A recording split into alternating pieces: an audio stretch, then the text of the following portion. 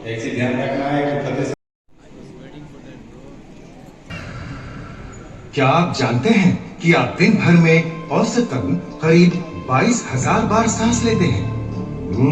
कभी गिना नहीं ना? और क्या ये भी कि आपकी अगली एक छोटी सी मछली को खा पाएगी या नहीं?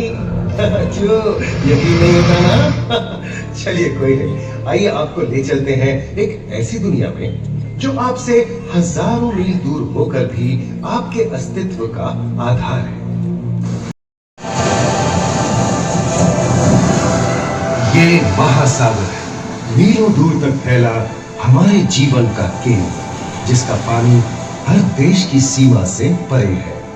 हमें सांस लेने के लिए जरूरी ऑक्सीजन का 50 से 80% इन्हीं, जिसमें ये सभी जीव एक ही घर में रहते हैं, जैसे मछलियां, mollusc, dolphin, seal, walrus, crustacean, bacteria, समुद्री एनिमोनी और हाँ, ब्लू व्हेल भी, जो पृथ्वी का सबसे बड़ा जीव माना जाता है। और जंतु ही नहीं, इन समुद्रों में पौधों की भी लाखों प्रजातियां पाई जाती हैं।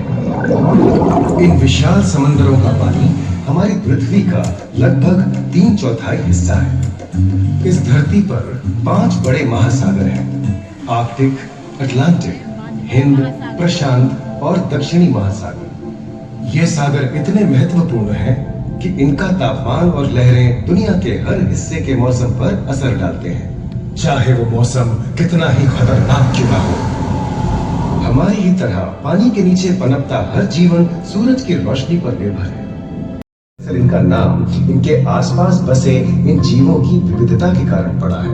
इनमें से कुछ मूंगे गर्म उथले समुद्र में, तो कुछ ठंडी अंधेरी गहराइयों में रहकर हमारे इकोसिस्टम के संतुलन को बनाए रखते हैं। पौधे हमारे इकोसिस्टम का एक बहुत ही महत्वपूर्ण हिस्सा है और पानी में ऑक्सीजन का सबसे बड़ा स्रोत है।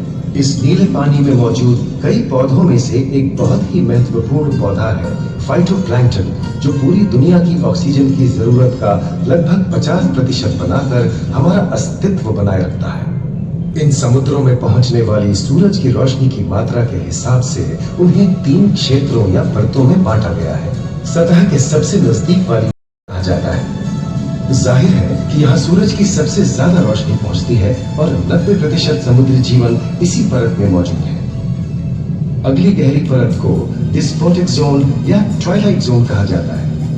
इस परत तक सूरज की सिर्फ 1% रोशनी पहुंचती है, जो पौधों के जिंदा रहने के लिए काफी नहीं है। तीसरी और सबसे गहरी परत एफोटिक जोन या मिडनाइट जोन है। यहाँ सूरज की रोशनी बिल्कुल नहीं पहुंचती। ये परत पूरी तरह से अंधेरी और ठंडी होती है, बिल्कुल किसी हॉरर मूवी के सीन जैसे।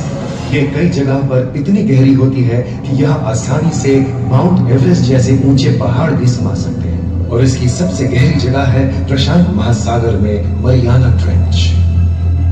महाद्वीपीय तटों के साथ लगे उथले समुद्री इलाकों तक पहुंचना आसान है, लेकिन ये समुद्र का सिर्फ 10% है। समुद्र की गहराई जितनी बढ़ती जाती है, उतने ही वहां के हैरत अंगेज जीव जिन करके अंधेरे में वापस गायब हो जाएंगे। लेकिन सभी शिकारियों को छलावे से लुभाना नहीं पड़ता। सबसे घातक शिकारियों में से है शार्क, जैसे ग्रेट व्हाइट और टाइगर शार्क। शार्क आमतौर पर सूरज ढलने के बाद अंधेरे में शिकार पे निकलती है, समुद्री जीवों का यमराज। आज तक शार्क की 500 से ज्यादा प्रजातियों का पता चल चुका है। ये हर तरह के खुले महासागरों में, मूंगे की चट्टानों में, आर्कटिक की बर्फ के नीचे और समुद्र की अंधेरी गहराइयों में पाई जाती है।